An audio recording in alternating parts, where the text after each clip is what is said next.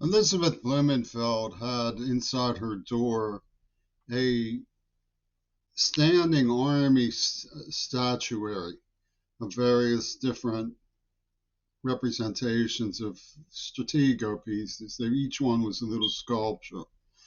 And she wore a fine perfume like Peter Gabriel. The only two people I've ever known were Elizabeth and Gabriel who wore those kinds of perfumes. Well, outside her house would stand Eddie Sauerwein, a mentally retarded man who would call her happily, "I'm Roy Rogers." Not many people who, even those who study me carefully and who know that Ronnie and Casper were working together in the neighborhood in 1974, before 6 years before Ronnie and Casper became president and Secretary of Defense.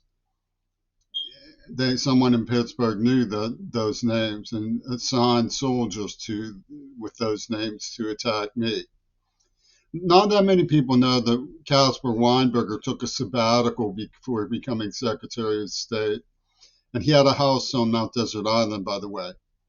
And his sabbatical was to study mental retardation. It's interesting the way they assembled the contraption of Chinny Chin Chin, who had Down syndrome, teaching me sign language when they busted open the neuroplasm that they had implanted.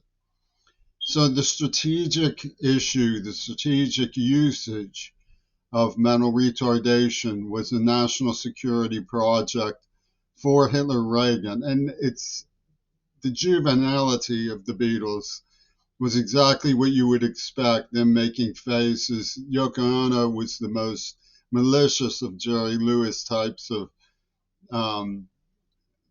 lampoons of somebody who they brain damaged. That was their specific objective, was to have the Bulbo syndrome, the crying implant, laughing on cue, pushing buttons of the neurological heart wiring system,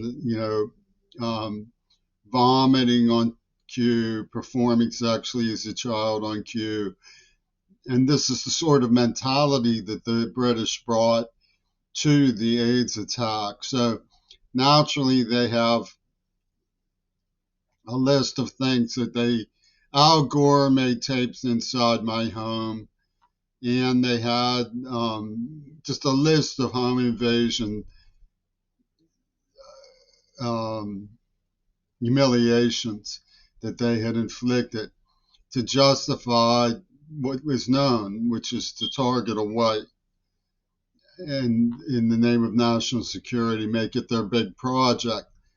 What's ironic about it and specious is that the administrators, there are some responsible people in the world, but these administrators who pretend to be responsible and have gone along with this project all along actually can see the evidence that the neuroplasm, neurohypnosis, and the humiliating neurological consequences of being tortured and subject to this extermination program, this pornographic extermination program, were engineered.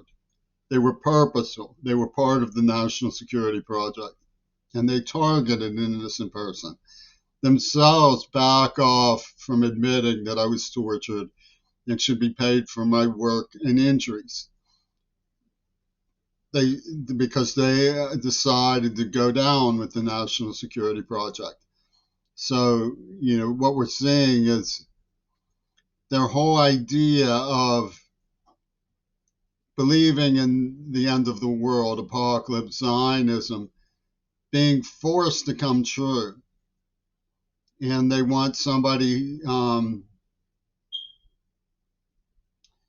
to stand in for their collective psychosis.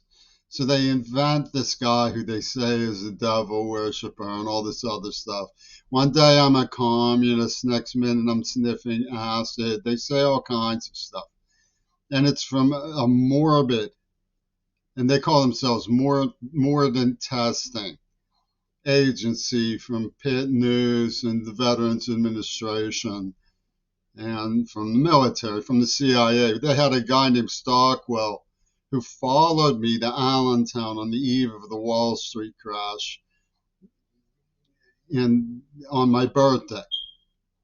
And he underlined the date of the birthday, and he, and they given me the day there stood still to read, and the day before there's the Wall Street crash. It was a woman from mathematics named Penny who specialized in removable singularities from Higgs-Mills equations.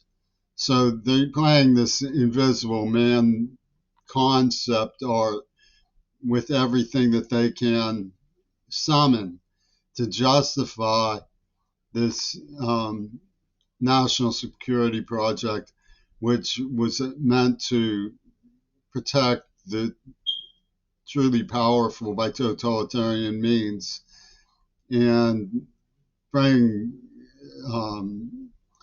groveling and fear of God down on the truly poor and helpless. It's very sad because Gaza could have been beautiful if they'd just been shown a little bit of courtesy.